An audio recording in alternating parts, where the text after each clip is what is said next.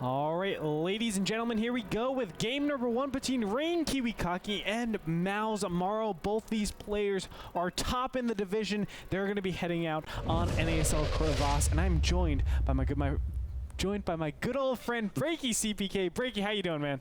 Oh, you flatter me, Great Turf. Stop it. No, but yes, Break CPK here. I do cast some Heroes of Newerth, obviously, but really excited to cast some StarCraft too as well. I'm a big fan of the game, big spectator of it, and we got a hell of a Protoss versus Zerg matchup here. Of course, Kiwikaki going up against Morrow, and as you mentioned, the two of these at the top of their division, so they're kind of playing for a point in a three-way tie, I believe, for, you know, winner of this. Basically, you need to win this if you want to have a chance of moving on. Yeah, obviously the other person that's leading the division is Idra. He's been doing phenomenally in this league, so I feel like this is a big pivotal moment. I mean, it's probably going to be one of these two that moves forward, and Idra, of course, that's going to be moving forward as well. But you know, there's a lot of things that can go on throughout the entire season, so we'll see for sure. It's all going to come down to that week 8, but I can't help but stress, I mean, these two players are probably the toughest players in their division. Yeah, no doubt. Two fantastic players, of course, and I'm personally a huge fan of Kiwikaki. Definitely love it, not only because he's Protoss, but just the man himself. You know, he's just an entertaining guy. So, you know, no bias, no, not saying that by any means, but definitely looking forward to seeing him play. But you see Kiwikaki, speaking of him, he's doing an early scout here, of course, with the probe. He's got the pylon set at the front of his base, ready for an early wall off if needed. Morrow, in the meantime, setting down that of Overlord, of course, trying to get information that he can. And as always, it's great that we talk about the positions. Let's first talk that Kiwikaki, not only was he able to scout his opponent first, but he is spawning clockwise to his opponent. And what that enables him to do is actually push up on his opponent relatively fast. I mean, he can do a lot of things with this one expansion over, not push, I'm sorry, harass up on his opponent relatively fast. He can get war prisms out and start denying that natural, things like that. He can go from the sides, and it's very accessible. We can see from the entrance over here. And Kiwikaki, also, just to explain his build a little bit, he's going actually a Nexus first. Yeah, not even no gap, nothing. I mean, literally Nexus first after the pylon. So there goes the Forge, in fact. So of course, going to look to wall off here with the cannon, cybernetics core, and whatnot else from our Zerg player Morrow. And in the meantime, Morrow, though, he of course puts his hatchery down just a little bit later than that Nexus.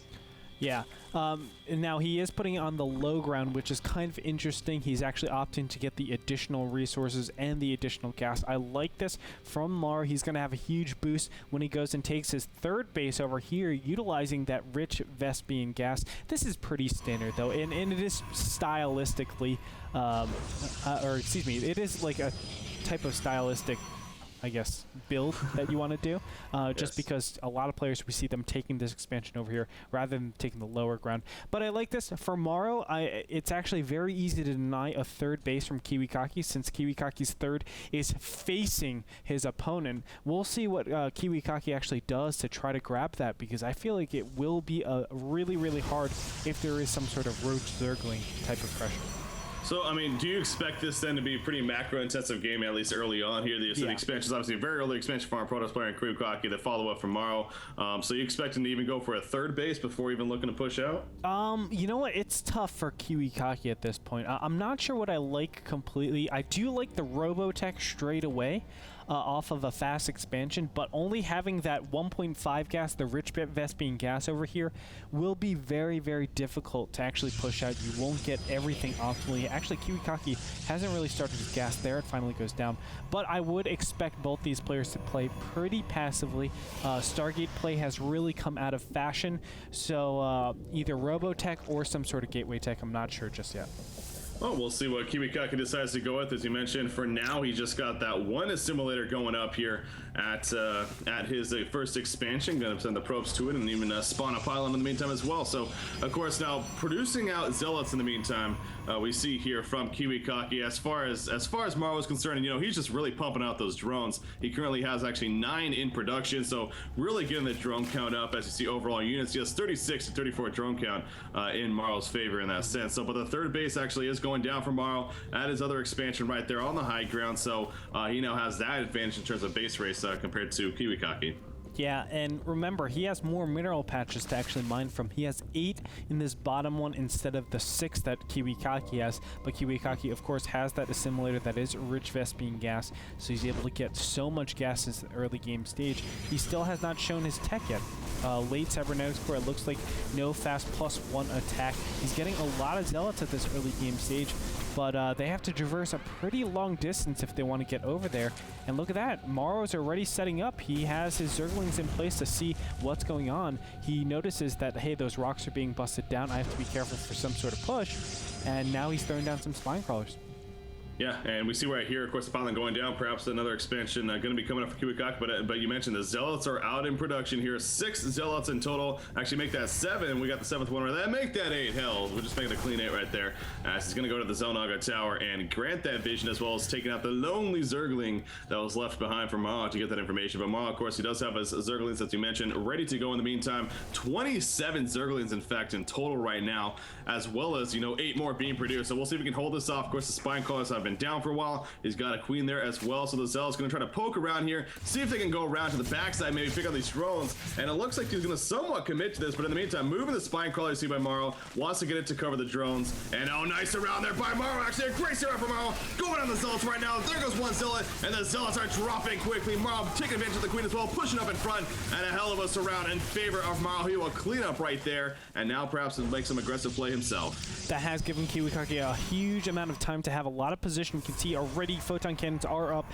That will keep him safe. He has sentries out here. There's a very precarious situation for both of these players. Zerglings are actually going to sprint up here, but there's a pylon, or excuse me, a probe that's blocking the way. There's that force shield that goes down, stopping from Morrow continuing on. I love how Kiwikaki has actually taken his expansion. What a clever way to do it. It's a way that I actually have never seen before. Kiwikaki knows that it's actually hard to get this third, utilizes those Zealots to give him a huge timing, does not go heavy on gas, and with that big lull, he takes a lot of cannons over here, puts a lot of sentries up. Now he's very defensive. He's a little bit later in tech, but know this, that, Morrow hasn't been too great in tech either, because he's been trying to drone up for quite a long time. Yeah, that he has been. In fact, you see right here, we actually got at the robotics facility finishing, as you mentioned about the tech, so the Observer going to be spawned out of it right away in favor of Kiwikaki. Of course, Morrow sending over this Overlord to get as much information as possible, so he'll see the Observer coming out. But here come the sentries from Kiwikaki. No stalkers from him just yet, at least. Takes out the Overlord and will take away the vision that Morrow was working with right there. In the meantime, you see him spawning into an Overseer right over the expansion here for Kiwikaki, but that one too most likely going to be picked off, so he has to cancel it, not save the resources, and there we go as well. So taking away the vision that Morrow had so nicely there for a little bit of time. So great play again by Kiwikaki. 4 gateways also going down as his expansion up here, so he's definitely looking to start really mass producing those units in the near future. Yeah, what an intelligent play by Kiwikaki. I mean, I cannot believe that I'm saying this. Kiwikaki always comes up with new innovative builds. I just love how he's been able to play out this map. And now putting those 4 warp gates up in front, blocking those cannons off, basically making it so hard for these cannons to actually be attacked if something like mass Zerglings, mass roaches came. And he can just, from here, continue macroing, getting that death ball, getting the huge Colossus count, even a mortal count, whatever it might be. Look at that, a second robotics facility coming down. This is such intelligent play coming out from Kiwikaki.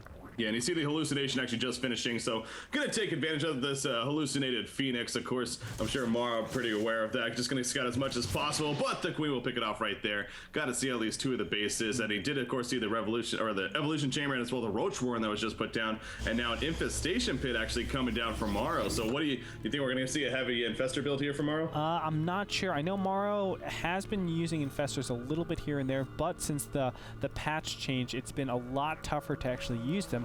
It might just be going up to that hive tech for now. I mean, this is a very tough situation for Morrow. He's like scrambling. He does have maintained map control. I do want to say that he has good creep spread, things like that. He's actually creeping up into the middle of the map, and he's slowly taking the left-hand side. However, the big problem arises with the push distance that exists between these 2 players. As Kiwikaki starts to get that 200-200 death ball, his push distance is the shortest possible. I mean, his third, but the distance between the third Kiwikaki's third and Morrow's third and fourth is very, very small. So there's a lot of things he has to be careful of. I think actually Morrow has to do something pretty soon, else he will be in a bad position if he just goes to 200, 200 against 200, 200.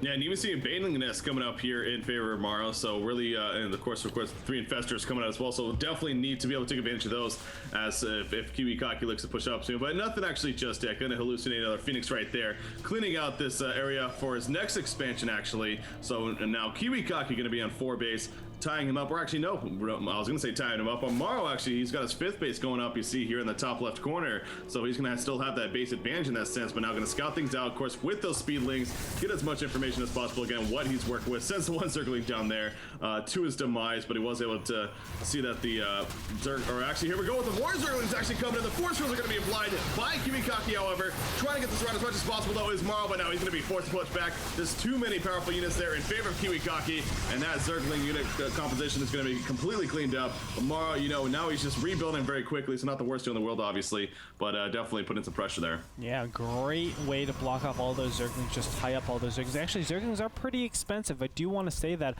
A lot of people say it's only 50 for 2 of them, but, you know, they add up, and especially that larva, it takes up a lot of larva replenish. That is a lot of opportunity cost. Here we go. Big drop coming in, and meanwhile, there's a combination attack, or actually a simultaneous attack coming with these roaches at the 3rd.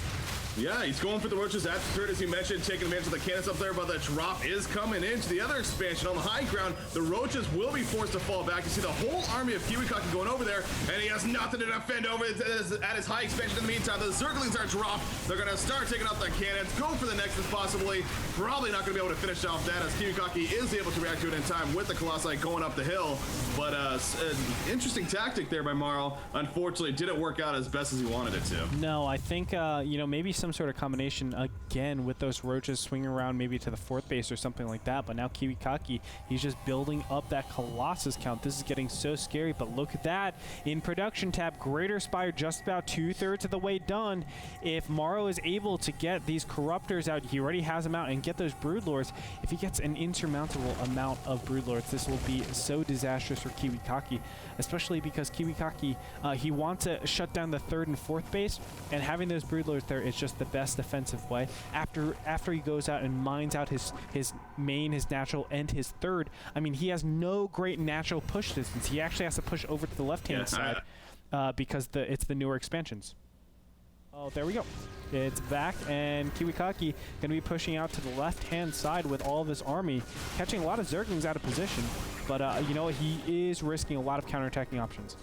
Yeah, definitely. And speaking of counterattack, you know, I like what Morrow's done here. Obviously, just so many spine crawlers right in front of him protecting this expansion here. So really getting ready just in case that push eventually happens. That death ball, as it's so greatly called, for the Protoss army here with those, what is that? That's 4 Colossi, you know, mixed amongst everything else. But you mentioned that Greater Spire has actually been finished now. He's, of course, got Corruptors in production.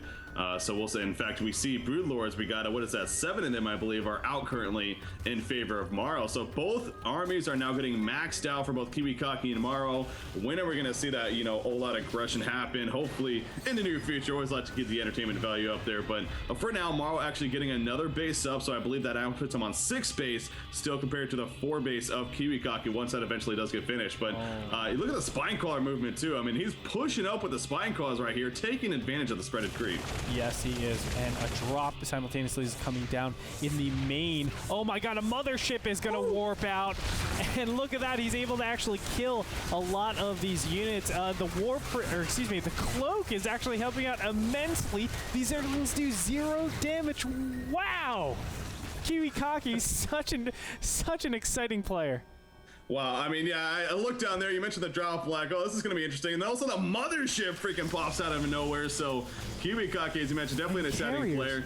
He's not gonna, there's still 2 more Zerglings actually beating down the pylon back here, so I'm sure Kiwikaki will eventually want to do something about that. But here we go with that army. Vortex, he doesn't have enough energy yet for the Vortex or the Mass Recall, whatever he chooses to go with. But in the meantime, the army's going at it once another. Broodlord setting out their attacks, but you see the Invis taking advantage. The carrier's even out for Kiwikaki, so he's using everything at his disposal right now. But it seems like Morrow actually has a pretty good pushback right here. Again, the Broodlord's doing a lot of damage, but there goes the Vortex right on top of his army. He's going to purposely go into it, it looks like, does Morrow, trying not to get the lonely ones picked off, but he's probably going to lose all the units that come out of this. Again, the Broodlord's in the background, but any second now, they're going to pop right out. There we go, with all the roaches and everything else. The carrier in the front lines, the Corruptors are there as well, but it seems like Kiwikaki is pushing it back, and Morrow is playing on the defense right here. Can he make this comeback? This is going to be very tough. Now finally see focus down on that one mothership. The mothership is almost down, and that's the last hit for it. Now finally all he has to deal with the spine crawlers, and as you said, Kiwikaki pushing his opponent back, and this is looking so good for Kiwikaki, taking out so many Broodlords in that stage. But look at that production tap, 110 Zerglings on the way out. That is a lot of freaking Zerglings coming out in favor of Morrow, of course, and also 6 Broodlords on top of that. So yeah, he's definitely going to keep this fighting, but must say in the end, of course, Kiwikaki definitely coming out on top. They're able to push him off, and we'll see. In fact, yes, another mothership is actually in production for Kiwikaki, so he really wants to be able to take advantage of that vortex and whatnot, and the invis on top of that. Here we go. The big push is started. The Zerglings are just getting whacked by those Colossus. There's the big surround, though. Is this going to be enough? It looks like the gateway units are tanking all the damage. The Zerglings not able to actually engage onto those Colossus. They need to get rid of the Colossus if they want to do anything. And the Interceptors, they're just going to back up a little bit. But wow, this is just getting ridiculous, Breaky. What about Kiwikaki? I mean, so now that we have a little bit of downtime here, so going the carriers, I know that unless I've been missing out on something, definitely not the most popular popular unit in the game at all. In fact, one of the least, if not the least popular unit for Protoss race.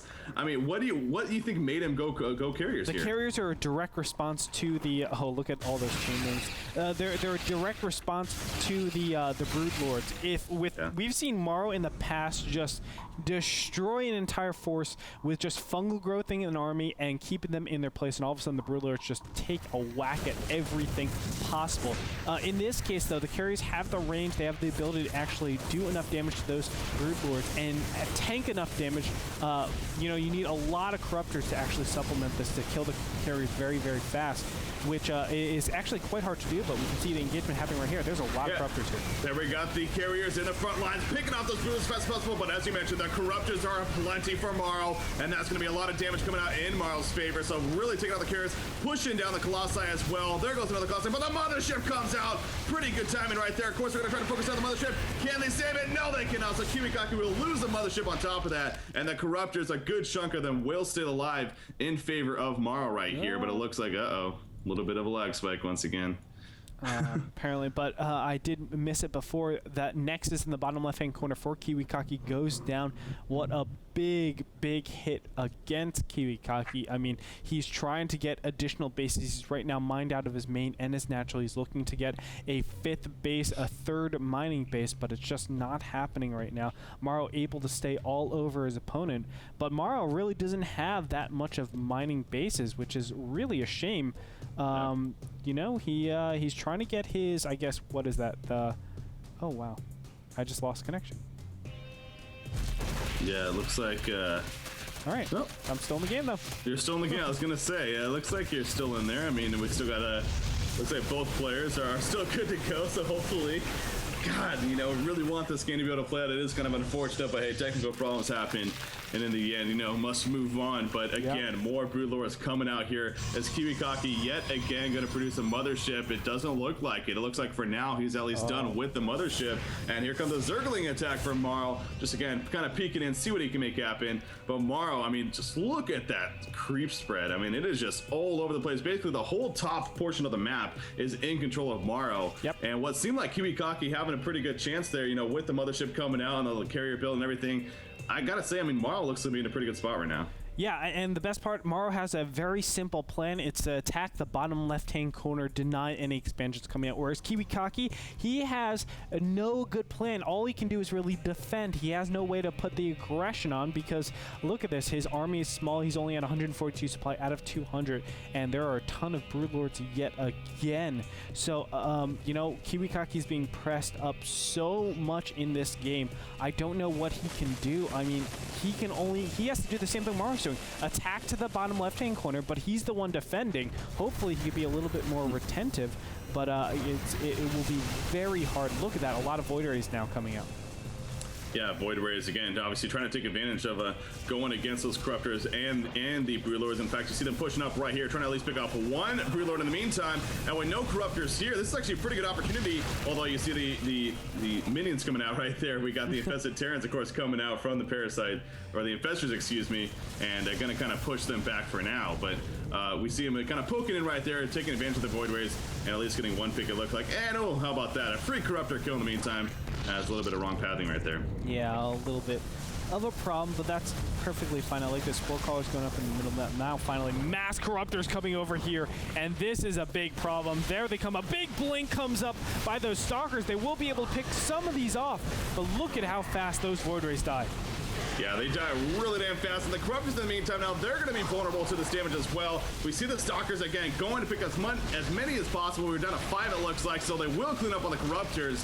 But the Void Rays were lost, as you mentioned, and now it looks like this is Morrow's time in attack right here. It looks like he is starting to move up now. The Zerglings pushing around. You mentioned the bottom left. They're going to go for this expansion yet again. By the way, Morrow has all these changelings in the base, so he's able to scout that out, knowing what he's going into, so he's going to start dropping the cannons. We got some forts coming in, a couple of Zealots here from Morrow. In the meantime, he's also going back with the Void Rays and the Carriers, trying to pick off whatever he can, maybe some of those Infests or whatever over there, but he needs to defend this expansion, so now he's bringing them over, and the Zerglings will just squaddle away as if it was nothing, using that speed and getting away in the meantime. So that does displace some of Kiwikaki's units. I would have loved Morrow to actually press on the attack, but he didn't have Corruptors to actually supplement, and he was replacing that army. Look at that. A lot of Corruptors coming out, a lot of Infestors coming out. This is a very, very tense moment for Kiwikaki. I mean, Kiwikaki, he doesn't know what to do. He doesn't know where to defend right now because his main, if you look, his main and his natural are completely barren, so he's really banking on his opponent not doing anything too crazy. We can see Changelings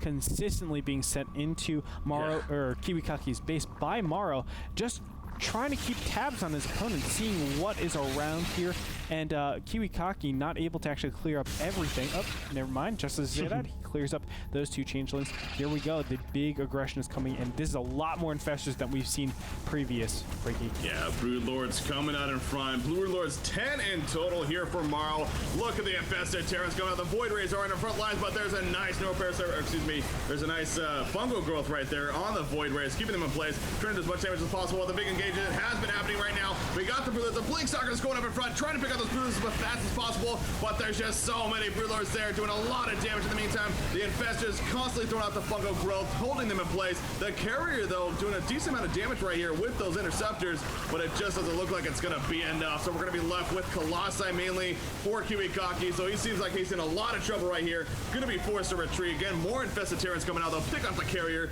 and with the 4 Colossi, they're just going to have to fall back and try to rebuild. But you look at the supply advantage, how much more in favor it is of Morrow at this point, and you got to figure he's just going to start steamrolling. Oh yeah, Morrow actually got thinned out quite a bit, lost 6 Broodlords in that engagement, only 6 I should say, but there poops out a ton of Infested Terrans. It looks like Archons are coming in from the left-hand side, but a ton of Zerglings going to stream down to this bottom left base. That's the only mining base for Kiwikaki. If he doesn't deny, or if he doesn't defend this, this will be game over. There's the big warpin from the Zealots, actually not big at all. These Zerglings tearing through all of Kiwikaki's units. It looks like the Nexus is being taken out right now. Zerglings looking for another base. GG comes out from Kiwikaki. Morrow takes game number 1.